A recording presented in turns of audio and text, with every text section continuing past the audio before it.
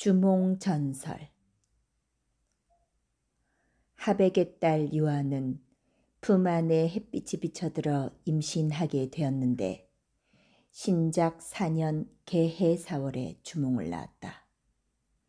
주몽은 울음소리가 대단히 우렁차고 골격과 풍채가 뛰어나면서 기이하였다. 태어날 때 그는 어머니의 왼쪽 겨드랑이에서 나왔는데 크기가 닷대들이만한 큰 알이었다. 이에 금화왕이 괴상하게 여겨 사람이 새 알을 낳다니 참으로 상서롭지 못한 일이구나 하고 사람을 시켜서 마국간에 버리게 하였지만 말들이 그를 밟지 않았다. 이번에는 깊은 산속에 버렸으나 짐승들 역시 그를 보호하였다. 구름 낀 흐린 날에도 그 아래는 항상 햇볕이 비쳐들었다. 그제야 왕은 그 알을 가져다가 그의 어머니가 기르게 하였다. 마침내 알이 터지자 그 속에서 사내 아이가 나왔다. 그는 태어나서 한 달이 되기 전에 벌써 말을 하였다. 그는 어머니에게 파리떼들이 눈에 붙어 잘 수가 없으니 어머님께서는 활과 화살을 만들어 주십시오 하였다. 이 말을 들은 어머니가 갈대로 활과 화살을 만들어 주었더니 그는 혼자서 물레 위에 앉은 파리들을 쏘는 족족 마치는 것이었다. 부여에서는 활 잘 쏘는 사람을 주몽이라고 하였다. 주몽은 자라면서 재주와 기량이 더욱 뛰어났다.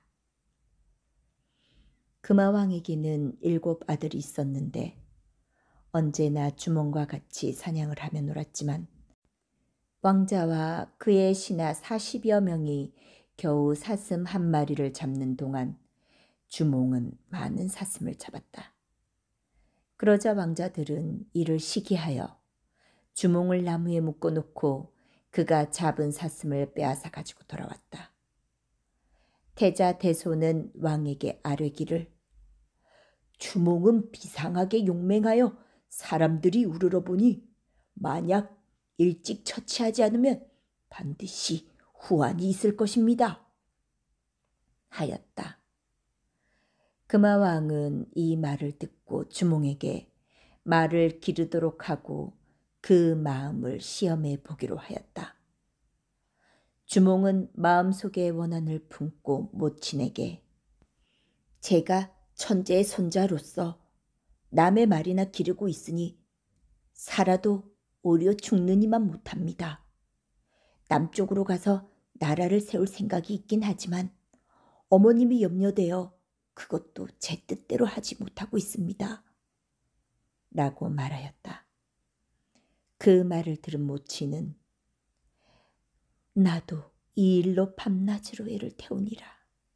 옛말에 사내가 먼 길을 떠나려면 반드시 준마에 의지해야 한다고 하였으니 내가 그런 말을 골라주도록 하며 라고 하였다. 그들은 곧 마국간으로 가서 긴 채찍으로 말들을 마구 내리쳤다. 놀란 말들이 모두 놀라 달아나는데 한 마리 붉은 말이 2길 넘는 울타리를 뛰어넘었다. 주몽은 그것이 준마임을 알고 남몰래 바늘을 그 말의 혀 밑에 꽂아 두었다.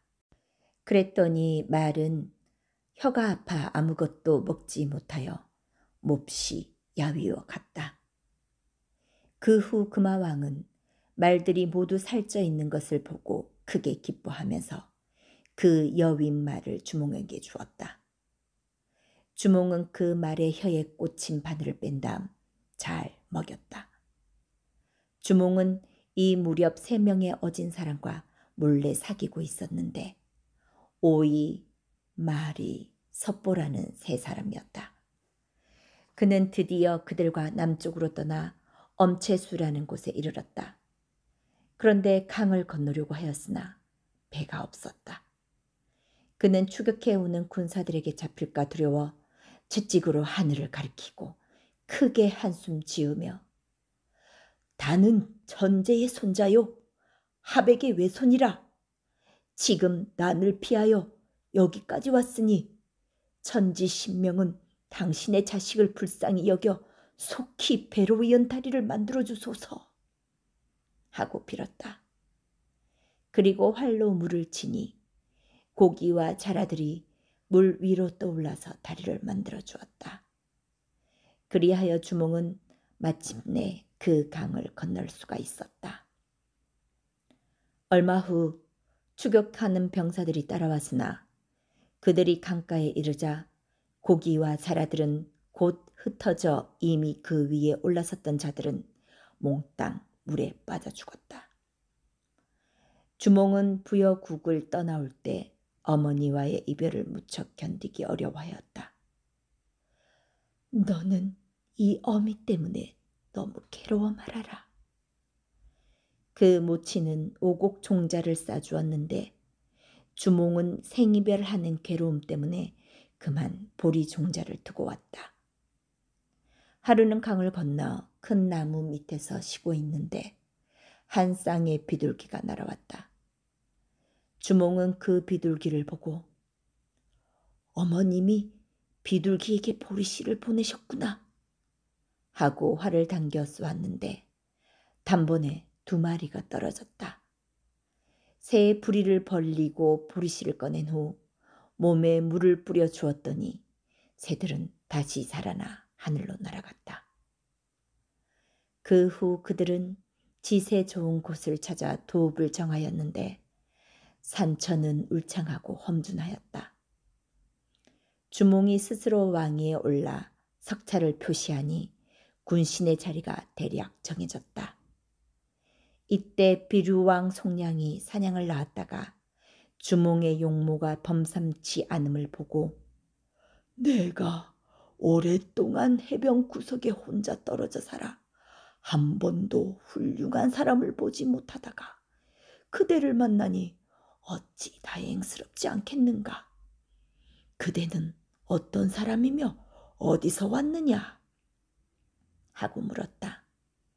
주몽이 대답하기를 나는 천재의 손자요 서쪽 나라의 왕인데 감히 묻거니와 그대는 누구의 뒤를 이었는가 하였다. 송량이 대답하기를 나는 신선의 후손인데 우리는 여러 대째 왕위를 이어왔네. 이 지방은 땅이 좁아서 서로 나눌 수도 없고 또 그대는 나라를 세운 지 얼마 안 되었으니 나의 속국이 되는 것이 어떤가 하였다.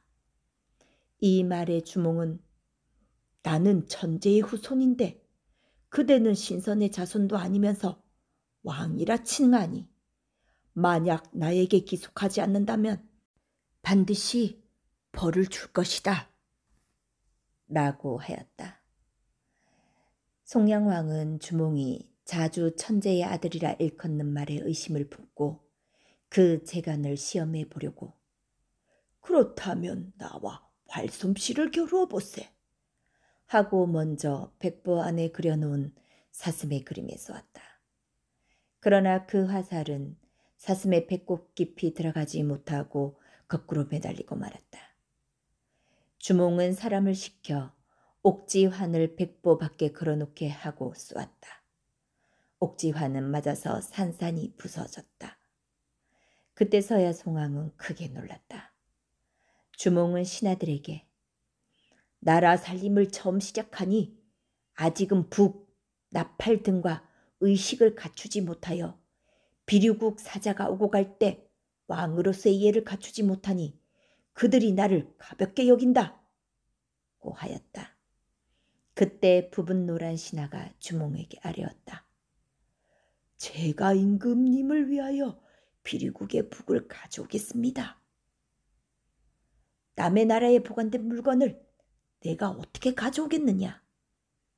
하늘이 준 것인데 어찌 가져오지 못하겠습니까? 대왕이 부여국에서 곤란한 지경에 처하셨을 때 그 누가 감히 여기에 오시리라고 생각했겠습니까? 대왕이 위험천만한 지경에서 있는 힘을 다해 적과 싸워 해동국의 이름을 떨친 것은 오직 천재의 명에 의하여 된 것이니 무슨 일인들 이루지 못하겠습니까? 그리하여 부분노 등 세 사람이 비류국으로 가서 북을 가져왔다.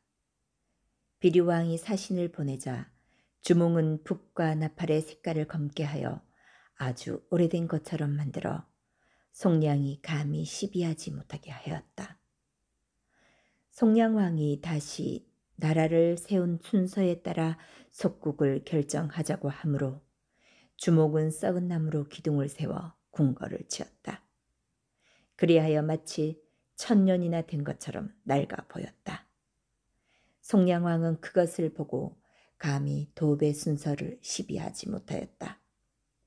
주몽은 서쪽으로 사냥을 갔을 때 흰 사슴을 잡았다.